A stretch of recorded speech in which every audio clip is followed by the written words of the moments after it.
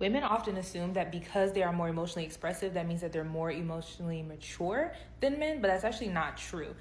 Women have been socialized to be more expressive. They've been socialized that it is okay to have emotions, but they're not often taught how to regulate those emotions, what those emotions point to, and how to utilize those emotions as a tool. Emotions are a tool. I had a mentor that used to say that emotions are indicators, not dictators, meaning you should understand what your emotions are pointing to and what they're guiding you towards, but they should not dictate what decisions that you make. And nor should they dictate how you address those emotions, because emotions telling you how to address their emotions it's like the blind leading the blind, right? And so I think men get a bad rap because they're not emotionally expressive, when in reality, sometimes they can have emotional intelligence. They're just not in connection with their own emotional experience, which leads them to feel, to experience or be emotionally stunted.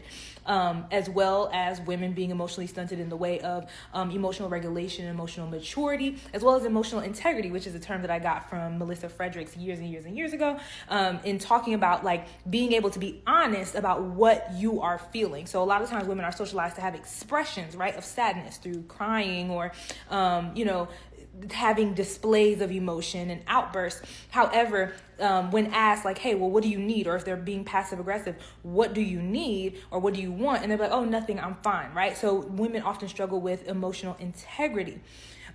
Likewise, men can't struggle with emotional integrity because they don't know what they're feeling in the first place. But sometimes because they are used to suppressing their emotions, they have often been taught how to deal with the emotions of others. So men sometimes are better at dealing with other people's emotions, and the women around them who have emotional immaturity and the emotional dysregulation, and then they express their emotions subliminally through other means such as anger, video games, hobbies, sports, etc. I can go on and on. I'm wondering if I should like teach a workshop on just like emotional wellness, but y'all tell me. But I just wanted to give that message that like a lot of times women assume that they're more emotionally intelligent, or I want a man that's emotionally intelligent, but you can't even regulate your own emotions. You just know how to express them, and because you know how to express them and you're the squeakier wheel, you're going to get your needs met more likely than a man who is not expressing his emotions at all. And so men oftentimes feel emotionally unfulfilled or unmet because when they don't know how to express it, and therefore they can't get their needs met.